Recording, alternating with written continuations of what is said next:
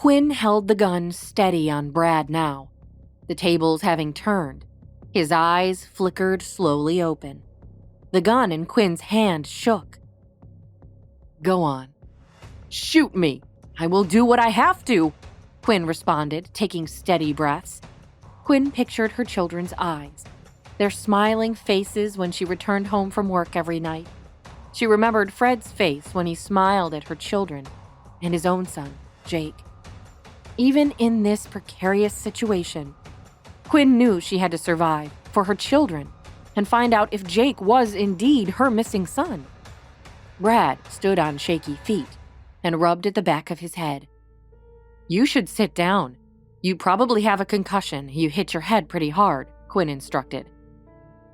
"Yeah, 'cause you pushed me," Brad yelled at her. "Sit. Sit down, Brad." "You're not gonna get out of this alive," Brad yelled. "If my father is dead, then you should be too." "I am getting out of this. I will see my children again. Help is coming," Quinn snapped. Brad made a show of looking in all directions of the garage. "Looks like there's no one here but us here. Are you sure that you called the right number?" Brad asked. "Yes, I called the right number," Quinn said evenly. She wouldn't let him distract her. She tightened her grip on the gun and focused it between Brad's eyes. "Do you even know how to use that?" Brad motioned toward the weapon in her hands. Quinn cocked the gun in response, and Brad held up his hands. "Sit back down. I won't say it again," Quinn commanded. Brad sat down in the middle of the garage. He held his head in his hands. "Please come through, Fred," Quinn thought to herself. She was confident that either the police or Fred's personal security team were coming to her rescue. It was just a matter of how long they took to find her. A sudden bang at the door brought Quinn back to her senses. Then she heard the sound of a helicopter whirling overhead. Brad jumped up and leaned his head against the door. A voice echoed through a megaphone. "Police, come out with your hands up! Police, open up! Come out with your hands up!" Brad glared at Quinn. "I'm not just gonna let you go." He then sprung forward and grabbed Quinn by the arm. She dropped the gun. Brad picked it up and pressed the barrel to her forehead. The sirens blared outside the door. Quinn held her breath. She was so close to being free, but Brad still had the gun against her forehead. Just then, the door burst open and cops filled the room. Brad yelled, and at the same time, Quinn shoved her shoulder as hard as she could into Brad's stomach. He yelped and released her. The gun fell from his hands. Quinn crawled into a ball to protect herself. Brad struggled with the police officer. Then, the room went eerily silent. Quinn peeked out from behind her arms. A bright light filled her eyes. "Dr. Quinn Murphy?" Quinn nodded. The police officer lowered his flashlight. "It's all right. You're safe." The officer held out his hand to her. "Your family is waiting for you at the station." The officer motioned her out of the open door. His words had never been so welcome. Quinn crumpled in relief. When Quinn finally got to the police station later that day, all 3 children rushed up to her with joy.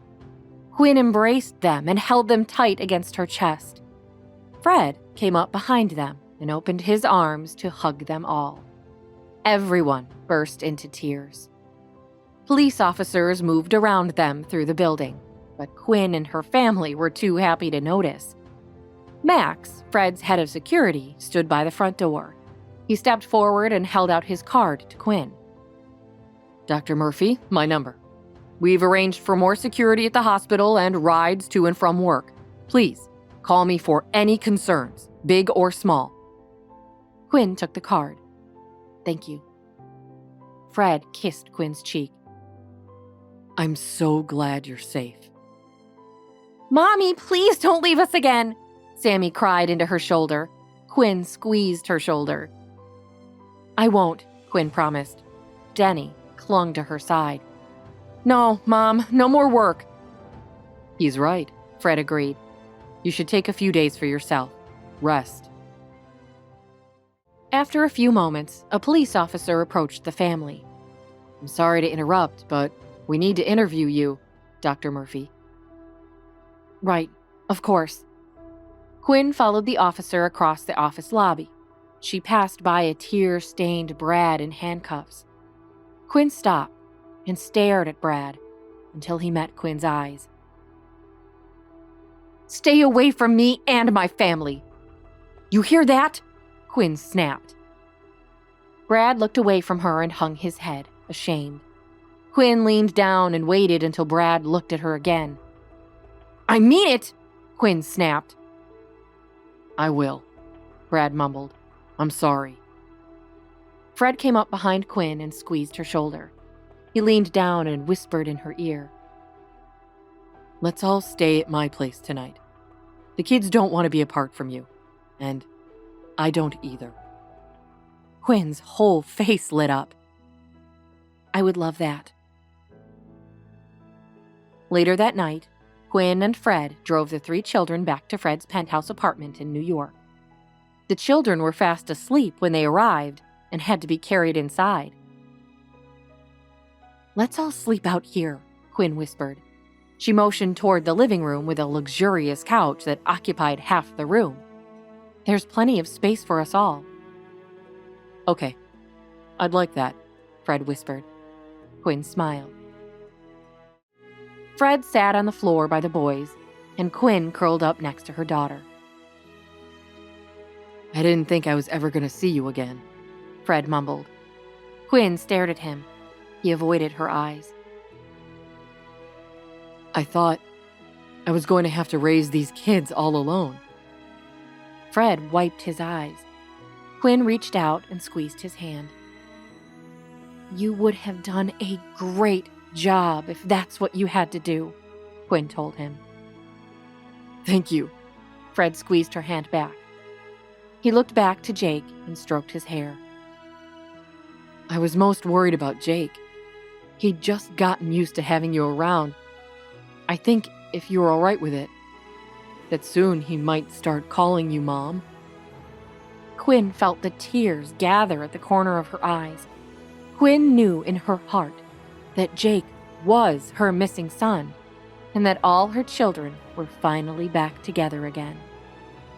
She just needed to find Mrs. Sinclair and find out why her son had been taken from her in the first place. A couple of days later, Quinn returned to the hospital. She couldn't wait to get back to work and see patients. She opened the door to her office to find her supervisor, Dr. Dean Crawford, waiting for her. Dr. Crawford, what are you doing in here? Quinn asked. Could we talk for a minute? Quinn immediately felt uneasy, but she forced herself to sit down across from her superior. Of course. What can I help you with? I'm so sorry to do this to you on your first day back, especially after what an ordeal you've had. Do what? Quinn asked. Dr. Murphy, your contract here has been terminated. You are no longer a doctor at Roosevelt Memorial. Hi, I am Quinn. Want to know my battle? Then download the Pocket FM app and listen to the exciting episodes of A Mother's Battle now.